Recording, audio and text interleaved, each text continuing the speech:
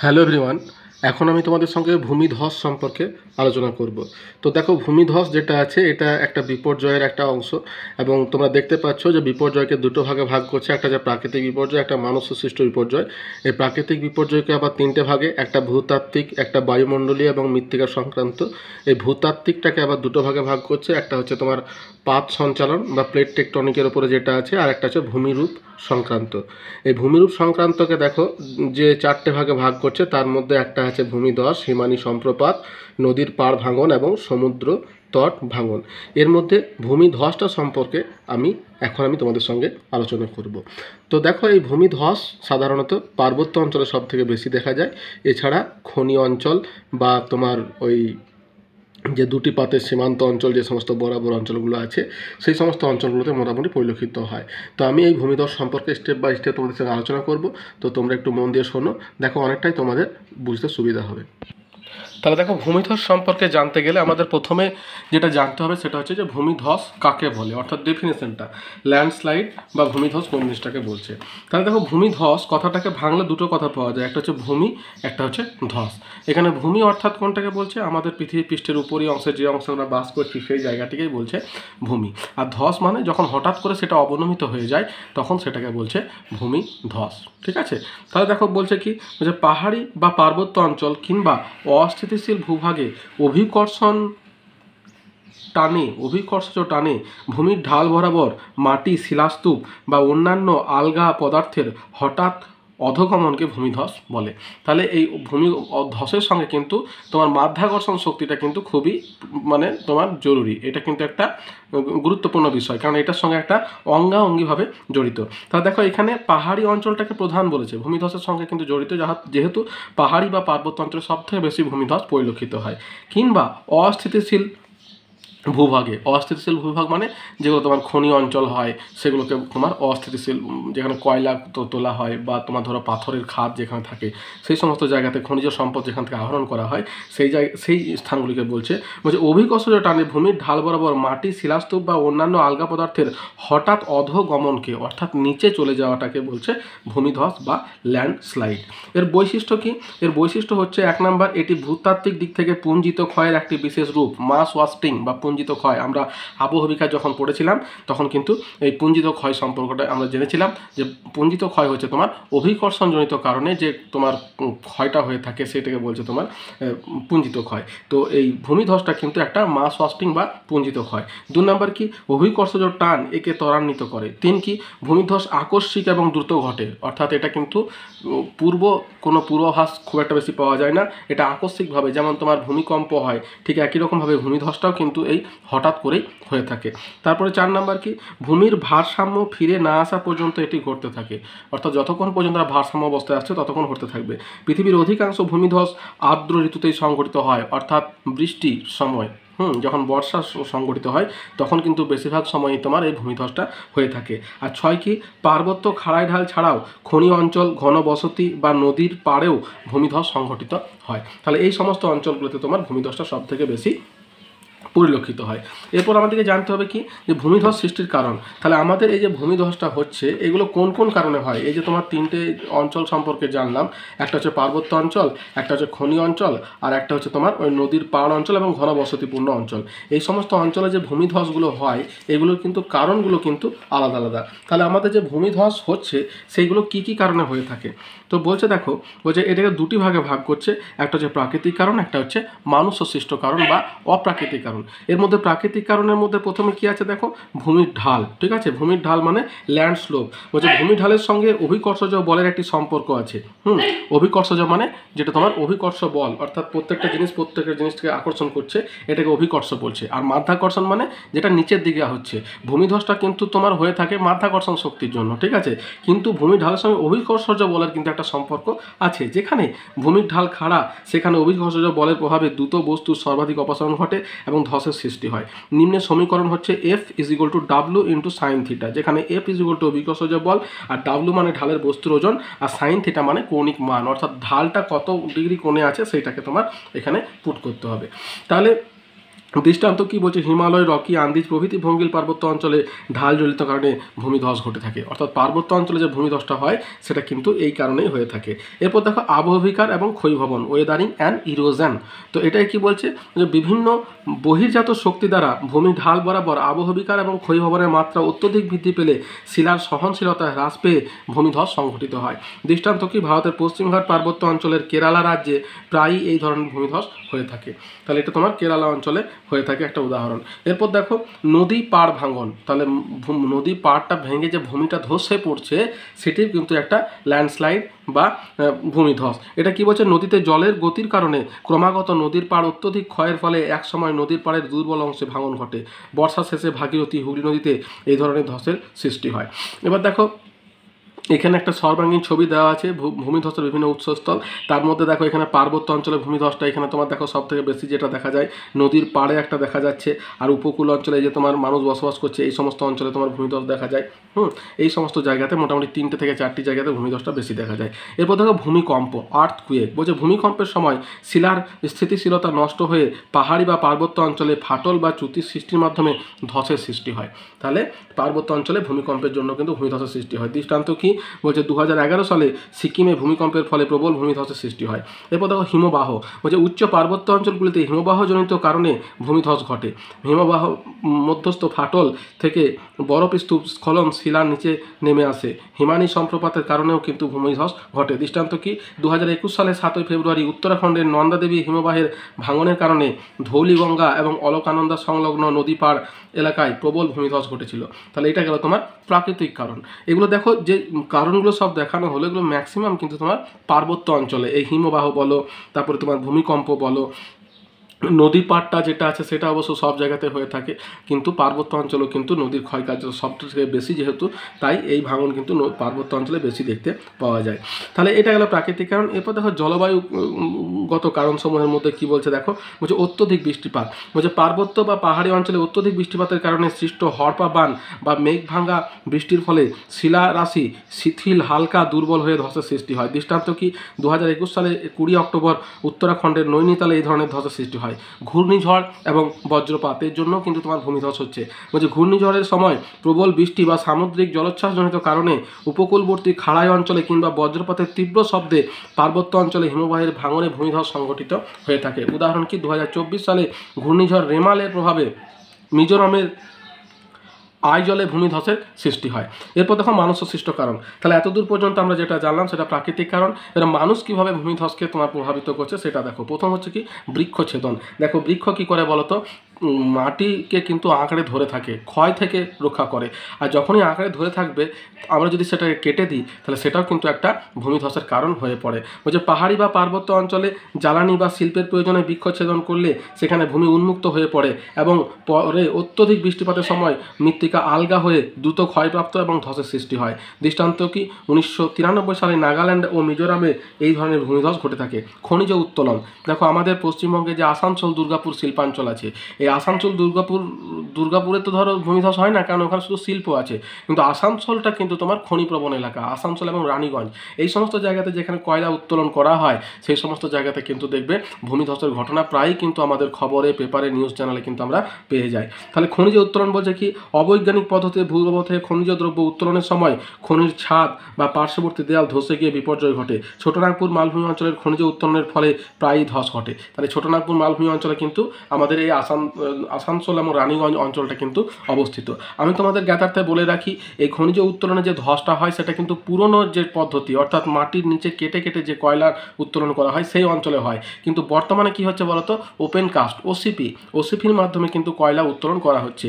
এক্ষেত্রেও তোমার ধসের বিপর্যয় ঘটে না নয়, কারণ যেদিকে তোমার মাটিটা রাখা হয় সেই জায়গায় অনেক সময় ধস হয়ে পড়ে কিন্তু অসুবিধার সৃষ্টি হয়। তবে একে কিন্তু জীবন সম্পত্তির হানিটা কিন্তু কম হয়। ওটা খনির মধ্যে যেহেতু হয়, সেখানে প্রযুক্তি থাকে, সেখানে কিন্তু অতটা ক্ষতি হয় না। কিন্তু যেটা পুরনো পদ্ধতি ছিল সেই পদ্ধতিতে যখন করা হতো তখন কিন্তু অত্যধিক ক্ষয়ক্ষতি হতো।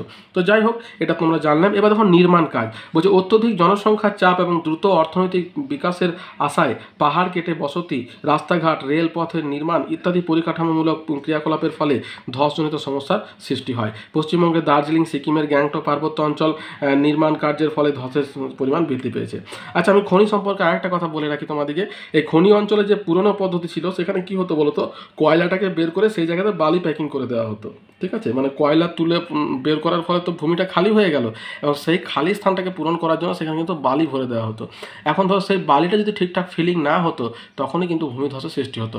আর সব জায়গাতেই বুঝতে পারছো দুর্নীতি একটা দানা বেঁধে আছে, ফলে বালি ফিলিং ঠিকমতো না হওয়ার জন্যই কিন্তু ভূমিধসটা হতো।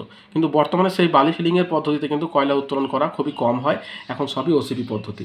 এবার দেখো অবৈজ্ঞানিক কৃষিকাজ বলছে, পার্বত্য অঞ্চলে ধাপ চাষ বা উপজাতি সম্প্রদায়ের মানুষের দ্বারা বন জঙ্গল কেটে ও পুড়িয়ে স্থানান্তর কৃষিকাজের ফলে মাটি আলগা হয়ে ভূমিধসের সম্ভাবনা তৈরি হয়। দৃষ্টান্তকে ভারতের উত্তর পূর্ব রাজ্যগুলোতে এই কারণে ভূমিধস দেখা যায়। তাহলে এই হচ্ছে তোমার ভূমিধসের প্রাকৃতিক কারণ এবং মানুষ সৃষ্ট কারণ। এরপর দেখো যেটা আছে, বলছে দার্জিলিং হিমালয়, আমাদের পশ্চিমবঙ্গে যে অংশটুকু আছে দার্জিলিং হিমালয়ে ধস কী জন্য হয়। ঠিক আছে, আমাদের দার্জিলিং হিমালয় পার্বত্য অঞ্চলে আমরা তো দেখলাম যে পার্বত্য অঞ্চলে ধসের পরিমাণটা সব থেকে বেশি। তো দার্জিলিং হিমালয়ে কেন ধসটা বেশি হয়ে থাকে? প্রথমে বলছে ভূতাত্ত্বিক কারণ। ভূতাত্ত্বিক কারণ কি বলছে? বলছে এই অঞ্চলের বিস্তীর্ণ এলাকা গন্ডোয়ানা গঠনের অন্তর্গত, অর্থাৎ আঙ্গারল্যান্ড এবং গন্ডোয়ানাল্যান্ড যে দুটো অংশ প্রাচীন ভূমিভাগ আছে, সেই ভূমিভাগের কিন্তু উত্তরের দিকের অংশটা, অর্থাৎ যে অংশে চায়না, তারপরে তোমার ওই ইউরেশীয় যে ইয়েগুলো আছে, সেগুলো হচ্ছে তোমার আঙ্গারল্যান্ড। আর গন্ডোয়ানাল্যান্ডে আমাদের ভারতীয় উপমহাদেশটা পুরোটাই কিন্তু অবস্থিত, শুধুমাত্র পশ্চিমবঙ্গ নয়। তো যাই হোক, বলছে এই অঞ্চলের বিস্তীর্ণ এলাকা গন্ডোয়ানালা গঠনের অন্তর্গত।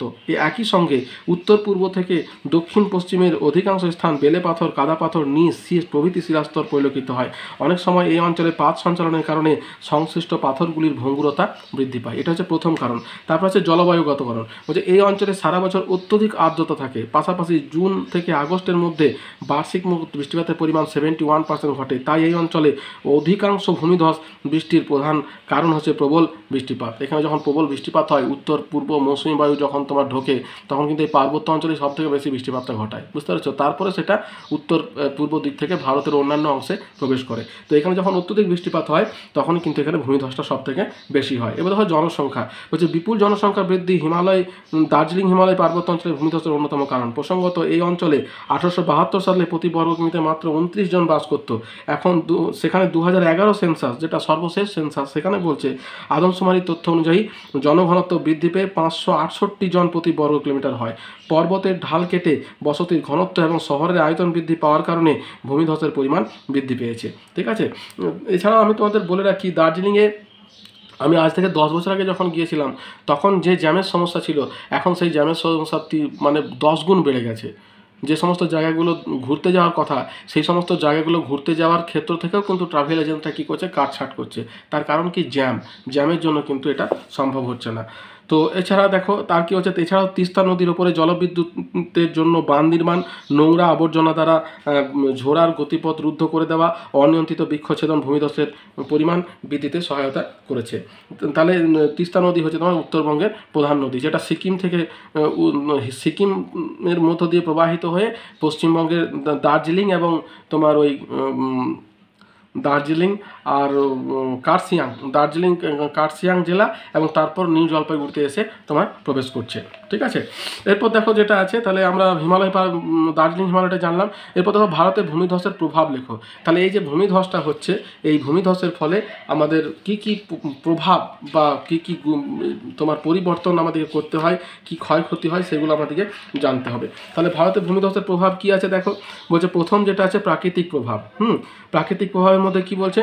ঢালের পরিবর্তন। বলছে কোনো অঞ্চলের ভূমি ঢালের ওপর ভূমিধসের প্রাথমিক প্রভাব পড়ে। পর্বত গাত্রে ভূমিধসের প্রভাবে ঢালের কৌণিক মান বৃদ্ধি পায় এবং সেই সঙ্গে অভিকর্ষজ বলের ক্রিয়াশীলতা বৃদ্ধি পেলে পুনরায় ভূমিধসের সম্ভাবনা প্রকট হয়। দৃষ্টান্ত ভারতের কুমায়ুন হিমালয়ের কিছু অংশে ঢালের পরিবর্তন ভূমিধসের পরিমাণ বাড়িয়ে দিয়েছে। এরপরে দেখো 2 নম্বর কি আছে, ভূমিক্ষয়, ল্যান্ড ইরোশন যেটা বলছে ধসের প্রভাবে সংলগ্ন অঞ্চলের মৃত্তিকার উপরিভাগের পদার্থসমূহ ক্রমাগত অপসারিত হয়ে ভূমিক্ষয়ের মাত্রা বাড়িয়ে দেয় এবং জমির উর্বরতাও হ্রাস পায়। যখনই ভূমিধস হয়, তখন তার উপরে যে সমস্ত স্বাভাবিক উদ্ভিদগুলো আছে, সেগুলোও কিন্তু তোমার নষ্ট হয়ে যায়, বুঝতে পেরেছো? তাহলে দৃষ্টান্ত কি? দক্ষিণ পূর্ব এশিয়ার বহু দেশে যেমন ভারত, বাংলাদেশ প্রভৃতি অত্যধিক ভূমিধসের কারণে ভূমিক্ষয়ের পরিমাণ ক্রমাগত বৃদ্ধি পাচ্ছে। এরপর দেখো অরণ্য বিনাশ, বলছে ভূমিধসের ফলে পার্বত্য অঞ্চল বরাবর গড়ে ওঠা বনভূমি ব্যাপকভাবে ক্ষতিগ্রস্ত হয়। স্খলিত পদার্থসমূহের চাপে স্থানীয় বনভূমির উদ্ভিদগুলি সমূলে উৎপাটিত হয় এবং তাদের শাখা পোশাখা ভেঙে যায়, ফলে বিপুল পরিমাণ বনভূমি ধ্বংসপ্রাপ্ত হয়। উদাহরণ কি, ভারতের কেরালা রাজ্যের ওয়ানাদ জেলায় প্রতি বছর ভূমিধসের প্রভাবে অনেক বনভূমি ধ্বংস হয়। এরপর দেখো মৃত্তিকার উর্বরতা হ্রাস, কি করছে, বলছে ভূমিধসের প্রভাবে মৃত্তিকার উপরিস্থ জৈব পদার্থসমূহ অপসারিত হয়ে উর্বরতা নষ্ট করে দেয়। পাশাপাশি মৃত্তিকার সঙ্গে ধসের দ্বারা বাহিত বস্তুকণা মিশে মৃত্তিকার কাঠামোকে ক্ষতিগ্রস্ত করে। নেক্সট কি আছে দেখো, জীব বৈচিত্র্য বিনাশ। তাহলে স্বাভাবিক উদ্ভিদে যে সমস্ত তোমার জীবগুলো বসবাস করতো বা কোনো স্থানে যে বসতিতে কোনো মানুষ বসবাস করতো, সেই জীব বৈচিত্র্যের কিন্তু বিনাশ ঘটে ভূমিধসের সঙ্গে সঙ্গে। বলছে ভূমিধসের প্রভাবে পার্বত্য অঞ্চলে বনভূমি বিনষ্ট হওয়ার পাশাপাশি বনভূমিতে আশ্রয়কারী বন্যপ্রাণী ও নানা রকম বিপজ্জনক অবস্থারও সম্মুখীন হয়, যার ফলে বহু জীব প্রজাতি আজ সংকটের মুখে। উদাহরণ কি, বলছে হিমালয়ের উচ্চ অলকানন্দ অববাহিকার মানা এবং নিটি উপত্যকায় ভূমিধসের প্রভাবে অগণিত জীব প্রজাতির বিলুপ্ত ঘটেছে। এরপর দেখো নদী অবরুদ্ধতা, মানে নদীর তার গতিটা অনেক সময় বন্ধ হয়ে যায়। যখন তোমার ওই ধসে পড়ে নদী অববাহিকাতে যদি ধরো অনেক পরিমাণে মাটি জমা হয় বা সেই ধসপ্রাপ্ত অংশগুলো জমা হয়, তখন কি হয়, নদী তার বন্ধ হয়ে যায় গতি। বলছে উচ্চ পাহাড়ি বা পার্বত্য অঞ্চলে ভূমিধসের ফলে নদীখাতের বিভিন্ন স্থানে শিলাখণ্ড, বালি, নুড়ি, কাদা, মৃত্তিকা প্রভৃতি সঞ্চিত হয়ে নদীর গতিপথকে অবরুদ্ধ করে দেয়। এরপর দেখো মানবীয় প্রভাব, মানে মানুষের উপরে কী প্রভাব পড়ে। প্রথমে আছে বসতি বিনাশ, বলছে ভূমিধসের প্রভাবে পার্বত্য ঢালে বা উপত্যকা অঞ্চলের বসতি ব্যাপকভাবে ক্ষতিগ্রস্ত হয়। পাশাপাশি জনসংখ্যা বৃদ্ধির কারণে বর্তমানে ধসজনিত প্রভাব ভয়াবহ আকার ধারণ করেছে। উদাহরণ কি, বলছে পশ্চিমবঙ্গের দার্জিলিংয়ে পার্শ্ববর্তী আলুবাড়ি, তুসুং বস্তি, ভুটিয়া বস্তি প্রভৃতি অঞ্চলে ভূমিধসের প্রভাবে একাধিক ঘরবাড়ি বিনষ্ট হয়েছে। তাহলে দেখো এখানে তোমার ঘরবাড়িগুলো যে বসবাস করছে, এই যে এরকম করে পাহাড়ের ঢালে ঢালে দেখতে পাচ্ছ টেরা বেঁকা ভূমি, সেখানে বসবাস করছে। যখনই তোমার ভূমিধস হয় তখন কিন্তু এগুলো ক্ষতিগ্রস্ত হয়ে থাকে। এই ছবিটা তোমরা দিতে পারো। এটাও কৃষিকাজের বিনাশ, বলছে পার্বত্য অঞ্চলে ধাপ চাষের প্রাধান্য থাকায় ধসের ফলে স্খলিত পদার্থসমূহ কৃষি জমির পাশাপাশি ফসলেরও ক্ষতি করে থাকে। উদাহরণ কি, বলছে দক্ষিণ ভারতের নীলগিরি পার্বত্য অঞ্চলে ভূমিধসের প্রভাবে প্রচুর চা ও কফি বাগিচা বিপর্যস্ত হয়। পশ্চিমবঙ্গের দার্জিলিংয়ের হ্যাপি ভ্যালি চা বাগানটি বহুবার ধসের ফলে বিনষ্ট হয়েছে। ঠিক আছে, আবার সেটাকে তৈরি করা হয়েছে।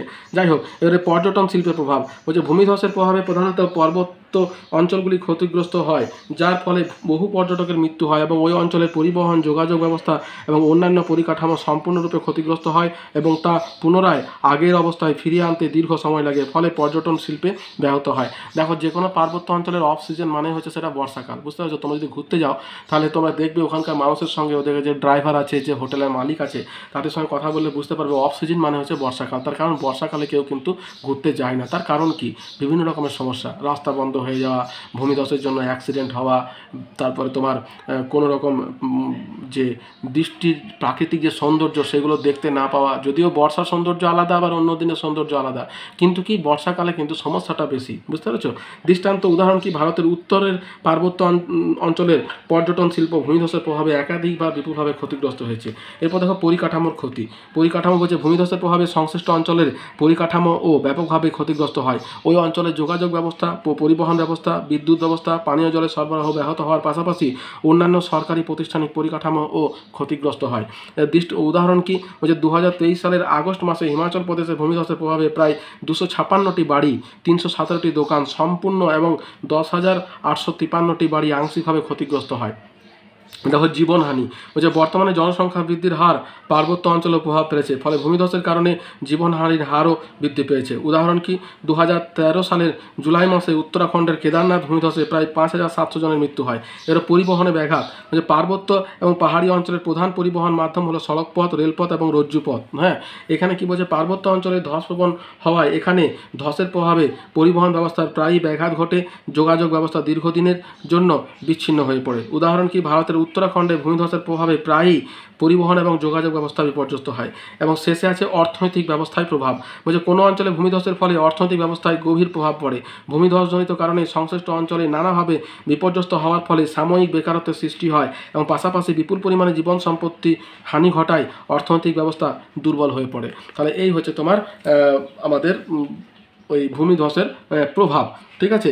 দেখো এখানে ভূমিধসের প্রভাবে দেখো এখানে একটা টেবিল দেওয়া হয়েছে, এই যে টেবিলটা দেওয়া আছে এখানে দেখো যে প্রভাবিত এলাকাগুলো আছে না, এখানে বেশিরভাগই কিন্তু হচ্ছে পার্বত্য অঞ্চল, এবং যার কারণ হচ্ছে তোমার বৃষ্টিপাত। এই দেখো এখানে ভূমিধসের কারণ আর এলাকাগুলো দেওয়া আছে, এখানে উদাহরণগুলো দেওয়া আছে।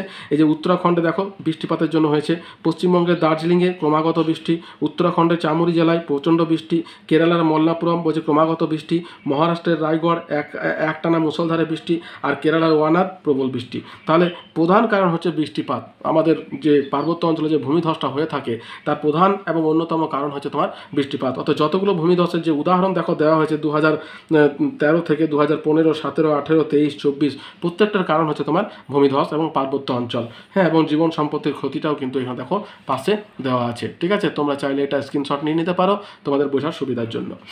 তাহলে এই গেল তোমার ভূমিধসের প্রভাব। এরপর দেখো ভারতের ধসপ্রবণ অঞ্চলগুলির বিবরণ দাও।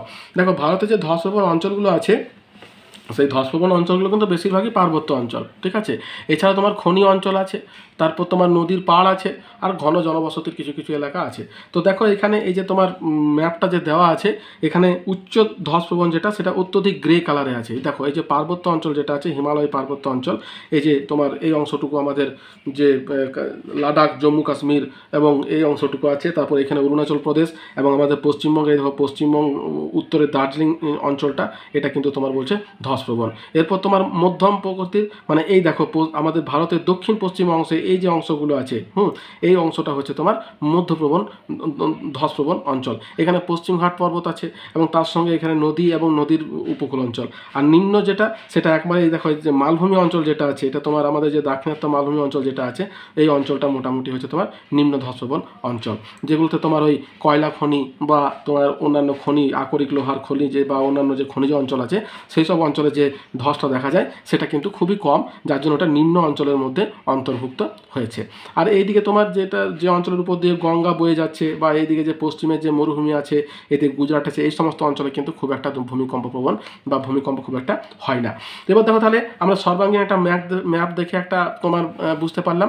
এরপরে আমরা আলোচনা করব। প্রথম হচ্ছে হিমালয় পার্বত্য অঞ্চল। বলছে উত্তর পশ্চিম এবং উত্তর পূর্ব হিমালয় পার্বত্য অঞ্চল হলো ভারতের সর্বাধিক ধসপ্রবণ অঞ্চল। ভূমিকম্প, প্রচুর বৃষ্টিপাত, অরণ্যচ্ছেদন, অবৈজ্ঞানিক প্রথায় নির্মাণ কার্য ইত্যাদি অঞ্চলে ধস সৃষ্টির জন্য দায়ী। এই অঞ্চলের জম্মু কাশ্মীর, লাদাখ, হিমাচল প্রদেশ, শতদ্রু উপত্যকা, মন্দাকিনী উপত্যকা, সমগ্র উত্তরাখণ্ড, পশ্চিমবঙ্গের দার্জিলিং জেলা, সিকিমের গ্যাংটক, অসম এবং অরুণাচল প্রদেশের পার্বত্য অঞ্চল অত্যন্ত ধসপ্রবণ অঞ্চল। ঠিক আছে, তাহলে এটা গেল তোমার হিমালয় পার্বত্য অঞ্চল। তোমার উদাহরণ কি দিয়েছে 2013 সালে উত্তরাখণ্ডে ধসের কারণে 5000 জনেরও বেশি মানুষ কিন্তু মারা যায়। এরপর দেখো পশ্চিমঘাট পার্বত্য অঞ্চল, অর্থাৎ এই যে অংশটা আছে এই অংশ আছে তোমার পশ্চিমঘাট পার্বত্য অঞ্চল। এখানে কি বলছে পশ্চিমঘাট পর্বতের পশ্চিম ঢালে অধিক বৃষ্টিপাতের কারণে ধসের সৃষ্টি হয়ে থাকে। যেমন 2014 সালে আগস্ট মাসে মহারাষ্ট্রের পুনা শহরে নিকট কতগুলি গ্রাম ধসের ফলে নিশ্চিহ্ন হয়ে যায়। ঠিক আছে, আর কি আছে নীলগিরি ও আন্নামালাই পার্বত্য অঞ্চল, এটাও কিন্তু তোমার এই দক্ষিণের দিকে আছে নীলগিরি এবং আন্নামালাই পার্বত্য অঞ্চল। তোমার এখানে কি বলছে দেখো, বলছে এখানকার ঢালও খুব বেশি এবং বৃষ্টিপাতের পরিমাণ যথেষ্ট। অপরদিকে বেশ কিছু চ্যুতিতলও আছে। ওই অঞ্চলে ল্যাটেরাইট মাটির আবরণ থাকার জন্য বৃষ্টিতে ধস প্রবণতা বাড়ে। যেমন 1984 সালে 2 জুন কেরালার ওয়েনাদ জেলার ভয়াবহ ধসের ঘটনা ঘটেছিল। এছাড়াও ভারতের উন্মুক্ত এবং পরিত্যক্ত খনি অঞ্চলে বিশেষত কয়লা খনি অঞ্চলে ধসের প্রবণতা দেখা যায়। তাহলে এই হচ্ছে তোমার আমাদের ভারতের একটা ধস প্রবণ অঞ্চলের একটা স্বাভাবিক একটা ধারণা। এরপর দেখো যেটা আছে সেটা হচ্ছে ভূমিধস নিয়ন্ত্রণে গৃহীত ব্যবস্থা। তাহলে এই যে ভূমিধসটা যে হচ্ছে এটা নিয়ন্ত্রণ কিভাবে করা যায় বা কিভাবে সরকারিভাবে কিছু পদক্ষেপ বা মানুষের সচেতনতা কিভাবে এই ধসটাকে আমরা তোমার উপেক্ষা করতে পারবো সেটাকে দুটো ভাগে ভাগ করছে। একটা তোমার প্রাক বিপর্যয় ব্যবস্থা, অর্থাৎ বিপর্যয়টা হয়ে যাওয়ার আগের অবস্থা এবং বিপর্যয়ের পরবর্তী ব্যবস্থা, দুটো ভাগে ভাগ করছে। প্রাক বিপর্যয় মানে যাতে না হয় তার জন্য কী কী ব্যবস্থা নিতে পারবো। প্রথমে বলছে ধস প্রবণ অঞ্চল বিশ্লেষণ। বলছে ভূমিধস নিয়ন্ত্রণের জন্য প্রাক বিশ্লেষণ ব্যবস্থাপনার জন্য প্রথম পদক্ষেপ হলো ধস প্রবণ অঞ্চলের বিশ্লেষণ। এর জন্য বিভিন্ন ভূতাত্ত্বিক এবং ভূগাঠনিক মানচিত্র যেমন টোপোগ্রাফিক্যাল ম্যাপ, মৃত্তিকা মানচিত্র, বনভূমি আবৃত মানচিত্র প্রভৃতি এবং রিমোট সেন্সিংয়ের সাহায্যে নিয়ে ভূমিধস প্রবণ এলাকা চিহ্নিত করতে হবে। পাশাপাশি ঢাল বরাবর ঝুলন্ত শিলার আকার, পর্বত ঢালে বোল্ডারের অবস্থান, পার্বত্য অঞ্চলে ফাটলের অবস্থান দেখে এলাকা চিহ্নিত করতে হবে। এবারে বিপন্নতা এবং ঝুঁকি মূল্যায়ন। বলছে ভূমিধস সংক্রান্ত উৎসস্থলগুলি চিহ্নিত করার পরে ধস বর্ধমান এলাকাগুলিকে সম্ভাব্য ভূমিধসের বিপন্নতা এবং ঝুঁকি মূল্যায়ন করতে হবে, যার সাহায্যে পরবর্তী সময়ে ভূমিধসের মানচিত্র প্রস্তুত করা যায়। আর কি ভূমিধস পর্যবেক্ষণ পদ্ধতি, যে পার্বত্য অঞ্চলগুলিতে ভূমিধস পর্যবেক্ষণের জন্য বিভিন্ন পদ্ধতি ব্যবহৃত হয়, যেমন শিলার বিকৃতি পরিমাপের জন্য টিল্ট মিটার যন্ত্রের ব্যবহার, ভূমিকম্পের তরঙ্গের গতিবিধি এবং তীব্রতা পরিমাপের জন্য সিসমোগ্রাফ এবং রিক্টার স্কেলের ব্যবহার, শিলায় চাপের কারণে সৃষ্ট বিকৃতির শব্দ অনুধাবন করতে জিওফোন এর ব্যবহার এবং বৃষ্টিপাতের পরিমাণ পর্যবেক্ষণের জন্য রেনগজ যন্ত্রের ব্যবহার। এবার দেখো কাঠামোগত পদক্ষেপ এবার আমরা কী নিতে পারি। ভূমিধস নিয়ন্ত্রণের কাঠামোগত পদক্ষেপের প্রথমে যেটা আছে সেটা হচ্ছে বনসৃজন, অর্থাৎ অত্যধিক পরিমাণে গাছ লাগাতে হবে। তারপর দেখো কংক্রিটের দেওয়াল নির্মাণ। আমরা যদি পার্বত্য অঞ্চলে যাই তাহলে দেখতে পাবো যখন রাস্তা নির্মাণ হয় তার পাশে কিন্তু কংক্রিটের দেওয়ালটা নির্মাণ করা হয়। তো এটা দিয়ে পরে কিন্তু ভূমিধসকে অনেকটা আটকানো যায়। বলছে পার্বত্য ঢাল বরাবর শিলা অপসারণ প্রতিরোধ করার জন্য কংক্রিটের প্রাচীর নির্মাণ করা হয়। দেওয়ালগুলিতে ব্যবহৃত স্তম্ভ বা পাতগুলিতে টাই ব্যাক বা বাটারসিং বিম এর মাধ্যমে আটকে দেওয়া হয়, যা ভূমিধস অনেকাংশে প্রতিরোধ করে। আর কি ভূমি ঢাল ব্যবস্থাপনা, বলছে ভূমি ঢাল ব্যবস্থাপনার মাধ্যমে ভূমিধস নিয়ন্ত্রণ করার পরিকল্পনা গৃহীত হয়েছে। এক্ষেত্রে কৃত্রিমভাবে ধাপ কেটে ঢালের পরিমাণ কমিয়ে আনার মাধ্যমে ঝুলন্ত বা আশেপাশে থাকা শিলাখণ্ড দ্রুত সরিয়ে দিয়ে শিলাগাত্রের ফাটলে বালি সিমেন্টের প্রলেপ দিয়ে ধস প্রতিরোধ করা হয়। তাহলে এই গেল তোমার। এরপর দেখো কি আছে, এরপর আছে তোমার গ্যাবিয়র বা ব্রাশউড মাটি এবং জিওম্যাট গঠন। যে পার্বত্য ভূমিভাগের ক্ষয়ের হাত থেকে প্রতিরোধ করতে ইস্পাতের জাল নির্মিত গ্যাবিয়ন গঠন দিয়ে দুর্বল শিলাগুলিকে বেঁধে দেওয়া, পাশাপাশি উদ্ভিজ্জ উপাদান বিশিষ্ট ব্রাশউড ম্যাট বা ফাইবার ও রবার নির্মিত জিওম্যাট ঢাল ব্যবহার করা যেতে পারে। এরপর দেখো নদী জলপ্রবাহটাকে নিয়ন্ত্রণ, যেটা পাড় ভাঙন। বলছে যে উচ্চ পার্বত্য অঞ্চলগুলিতে ভূমিধসের ভয়াবহতার নদীর ভূমিকা বেশি হওয়ায় জলপ্রবাহের বিভিন্ন পদ্ধতিতে নিয়ন্ত্রণের মাধ্যমে ভূমিধস প্রতিরোধ করার চেষ্টা করা যায়। এরপর দেখো বিপর্যয় পরবর্তী ব্যবস্থা। তাহলে এটা গেল বিপর্যয়ের আগের ব্যবস্থা। এর বিপর্যয় পরবর্তী কী ব্যবস্থা আছে বলতো। কোনো স্থানে ভূমিধস ঘটলে ভূমিধস বিপর্যয় ব্যবস্থাপনার পরবর্তী ক্ষেত্রে গৃহীত পদক্ষেপগুলি হলো, 1 নম্বর হচ্ছে সংশ্লিষ্ট অঞ্চলে বিশেষ প্রশিক্ষণপ্রাপ্ত উদ্ধারকারী দল এবং স্থানীয় বাসিন্দাদের উদ্যোগ এবং তৎপরতার সঙ্গে উদ্ধার কার্যে যোগ দিতে হবে। 2 নম্বর কি ঘটনাস্থল থেকে এলাকার মানুষের নিরাপদ স্থানে স্থানান্তরিত করতে হবে। 3 নম্বর ক্যাম্প গঠনের মাধ্যমে দুর্গতদের পুনর্বাসনের ব্যবস্থা করতে হবে, পাশাপাশি সেগুলো জরুরি পরিষেবার ব্যবস্থাও করতে হবে। 4 হচ্ছে সংশ্লিষ্ট স্থানের যোগাযোগ পরিবহন ব্যবস্থা যথাসম্ভব শীঘ্র চালু করতে হবে। তার জন্য দক্ষ অদক্ষ শ্রমিক স্থানীয় বাসিন্দাদের সাহায্য নিয়ে ধসের ফলে সৃষ্ট পদার্থসমূহের দ্রুত অপসারণ ঘটাতে হবে। সবশেষে আছে কি পরিস্থিতি কিছুটা স্বাভাবিক হলে বিপর্যস্ত মানুষের আর্থিক সহায়তা প্রদানের মাধ্যমে পুনরায় স্বাভাবিক জীবনে ফিরিয়ে আনার ব্যবস্থা করতে হবে। তাহলে এই হলে তোমার গৃহীত ব্যবস্থা। তাহলে দেখো মোটামুটি এইগুলো করলেই তোমরা ভূমিধসটা সম্পর্কে মোটামুটি জানতে পারবে। তো আমি তোমাদের বলে রাখি যে সমস্ত প্রাকৃতিক বিপর্যয় এগুলো হয় তার মধ্যে এই ভূমিকম্প সব থেকে বেশি মারাত্মক হয় তোমার ভূমিকম্প, বুঝতে পেরেছো। ভূমিকম্প সব থেকে মারাত্মক, তারপরে হয় তোমার সুনামি, এবং ভূমিধসের ফলে যেটুকু হয় তা তো তোমরা দেখতে পেলে, কিন্তু তার ক্ষয়ক্ষতির পরিমাণটা কিন্তু ভূমিকম্পের থেকে অনেকটাই কম, বুঝতে পেরেছো। তাহলে সব থেকে বেশি ক্ষয়ক্ষতি হয় কিন্তু ভূমিকম্পের জন্য। এবং এই সমস্ত প্রাকৃতিক যে দুর্যোগ এগুলোর কাছে কিন্তু মানুষ অসহায়, ঠিক আছে।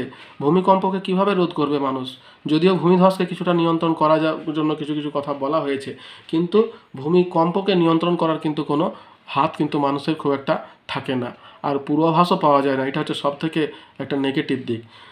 তাহলে এতদূর পর্যন্তই। দেখো যদি আমার ভিডিওটা তোমাদের ভালো লেগে থাকে তাহলে একটা লাইক দিও, বন্ধুদের সঙ্গে শেয়ার করো, আর চ্যানেলটা সাবস্ক্রাইব করে রাখো। কোনো প্রশ্ন থাকলে আমাকে কমেন্ট বক্সে কমেন্ট করো, তাহলে আমি তোমাদের প্রশ্নের উত্তর দেওয়ার চেষ্টা করব। তাহলে দেখা হচ্ছে পরের ভিডিওতে। ধন্যবাদ।